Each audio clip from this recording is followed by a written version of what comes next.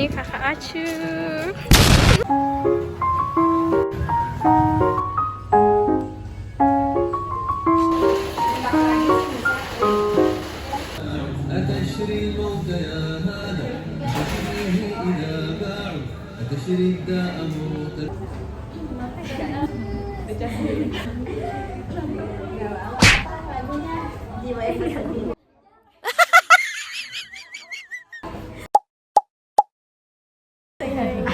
Jadi kita akan ada mystery box dengan 4 clue yang nantinya teman-teman yang mendapat berhenti di tempat teman-teman silakan mengikuti instruksi yang ada di kertas tersebut. BTW kita lagi main game dulu ya guys. Siap di pause ya. Oh iklan dulu nih. Ya, siap ya. 1, 2, 3. Ya. Nanti kita berhentiin orangnya berhenti.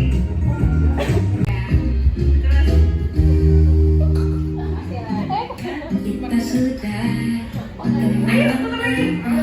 Putar lagi.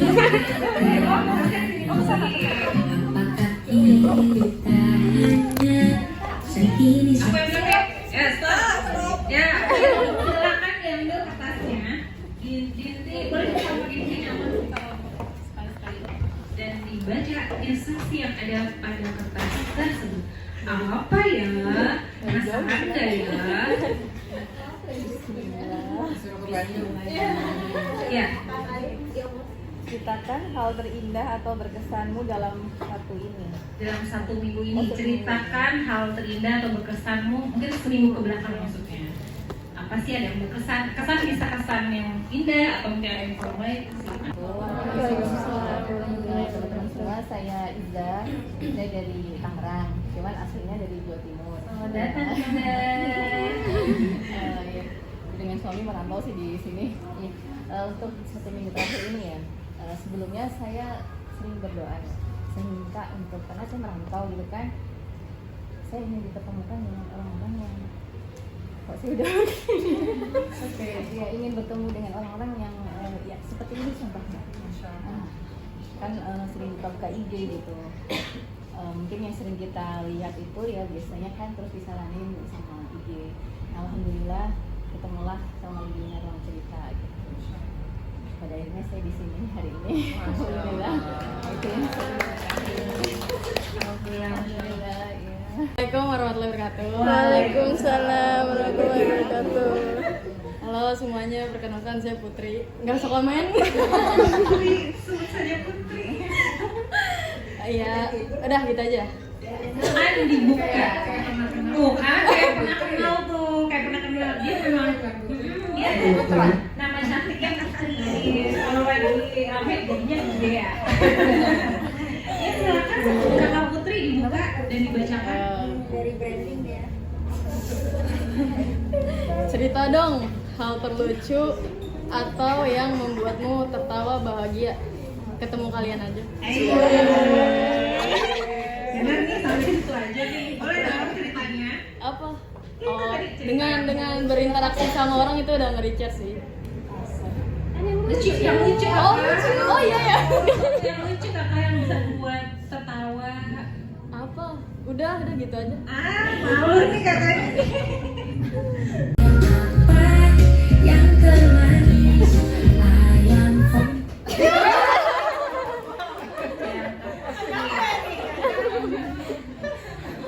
Assalamualaikum warahmatullahi wabarakatuh. Waalaikumsalam warahmatullahi Perkenalkan wabarakatuh. diri, nama aku Devi, asal dari Depok, umur enggak saya. Oke. Ini adalah siapa teman di sebelahmu? Teman ini apa ini? Dua-duanya.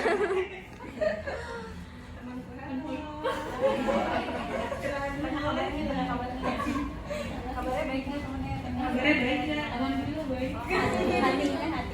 Hatinya aman. Oke, memeluk jiwa yang bersedih.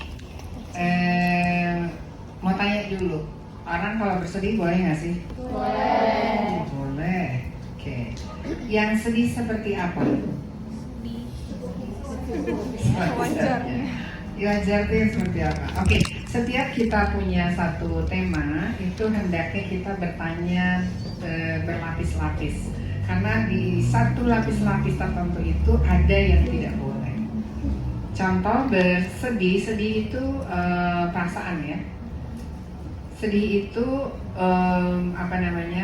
kalau saya boleh diituin nggak sebelumnya diituin? Ayo diituin diapain? Oh yang itu nih. Iya. Nah yang itu tuh. Coba dengerin dulu video aku itu. Sedih dan cemas itu masuk dalam kategori perasaan. Dan perasaan itu ibarat nutrisi yang kita makan sehari-hari. Bagaimana untuk mengelola sedih dan cemas, kita harus tahu betul mana sedih dan cemas yang boleh dan tidak. Jadi sedih itu ada yang boleh, ada yang tidak. Jenis sedih itu ada dua. Yang satu adalah yang menguasai kita, yang kedua adalah yang kita kuasai. Ya. Nah, yang tidak boleh itu adalah sedih yang menguasai kita. Jadi, sedih yang menguasai kita itu artinya kita membiarkan kondisi sedih itu datang kepada kita tanpa kita kelola, tanpa kita sadari. Banyak sekali contoh ya. Saya agak ekstrim contohnya, tapi ini di kehidupan nyata. Artinya ya kita punya fokus nih dalam kehidupan kita, ya. Adapun masalah-masalah yang kita hadapi itu adalah ujian, sama seperti teman-teman sekolah. Untuk bisa jadi S1 itu mustahil lah teman-teman, nggak ada ujian. Pokoknya di kampus itu enak loh. Pokoknya asal kamu kuliah 4 tahun bayar, pasti kamu jadi sarjana. Kan nggak mungkin ya. Pasti ada ujian-ujian, ada tesis, ada skripsi, ada tugas-tugas dan seterusnya. Hidup pun demikian, sama seperti sekolah. Jadi kita akan menghadapi ujian-ujian, ya. Jadi jangan pernah juga berharap hidup ini enak-enak aja, ya, happy-happy aja, fun-fun aja. Itu mustahil. Jelas Allah sudah mengingatkan kepada kita bahwa jangan berkata beriman sebelum aku uji, gitu ya, jelas. Nah, jadi sedih itu adalah satu hal wajar, ya. Dan itu pasti bertengger, pasti mampir kepada one of us, sooner or later, gitu ya. Yang penting kalau kita sedih lebih baik fokus pada ini sedih yang boleh atau tidak. Terus kemudian next actionnya apa?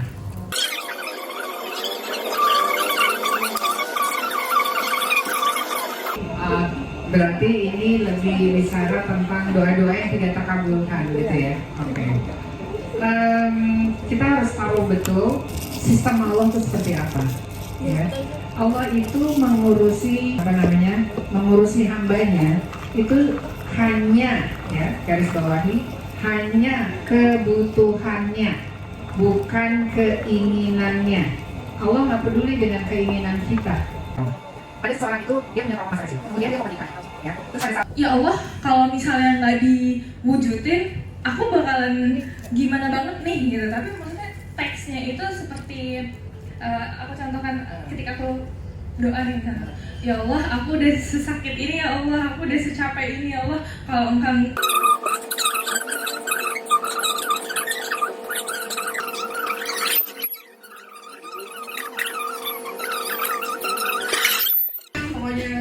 pokoknya kasarnya sampai gini nih, pokoknya nggak mau duduk kalau Allah nggak gitu.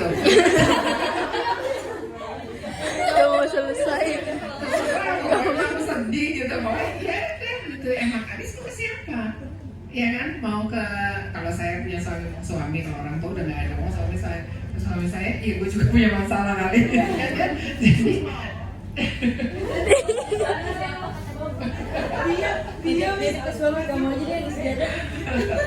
iya, artinya itu justru bentuk abis kita sama Allah. Udah nggak tahu lagi nih ya Allah, itu mesti bagaimana. Tapi saya nggak tahu ya pengalaman kita sendiri. Gimana kalau sudah seperti itu, apakah lebih tenang atau menjadi lebih gundah gitu?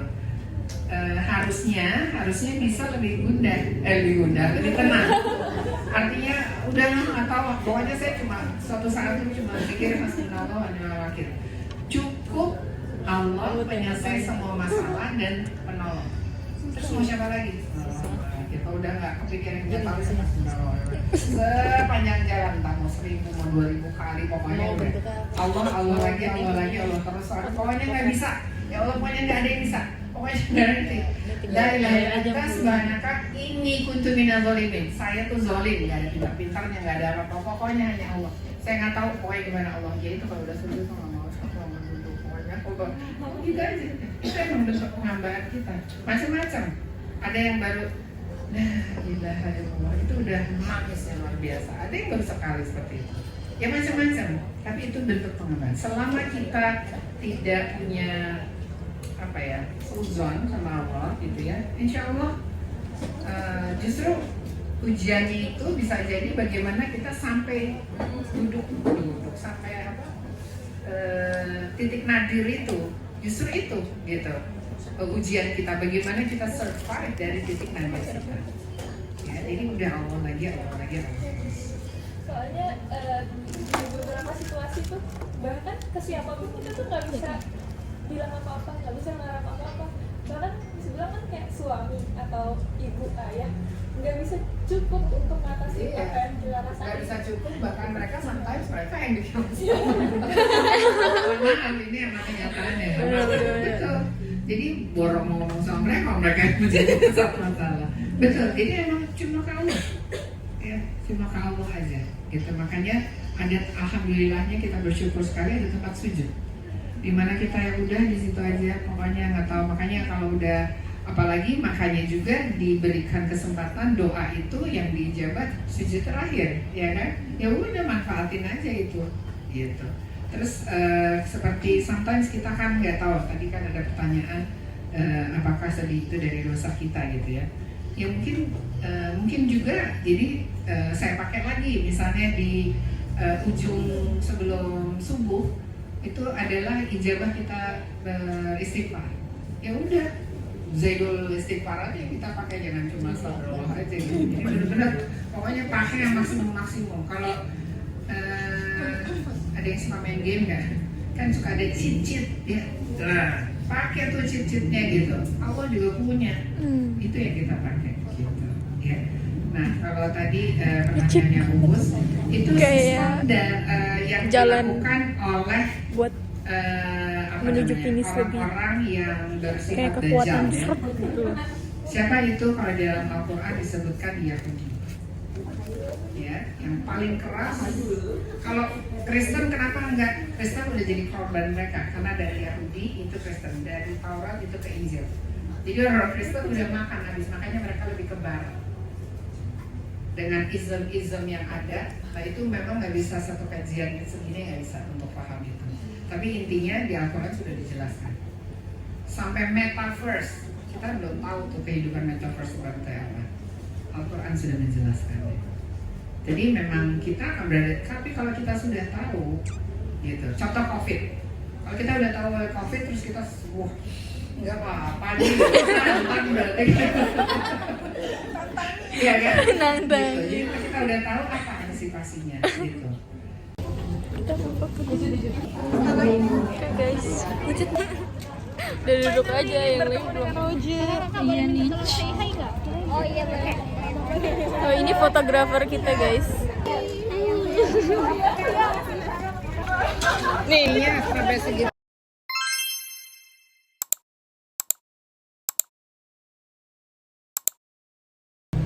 kita udah selesai guys kajiannya. Jadi kita mau sholat dulu. Bye bye.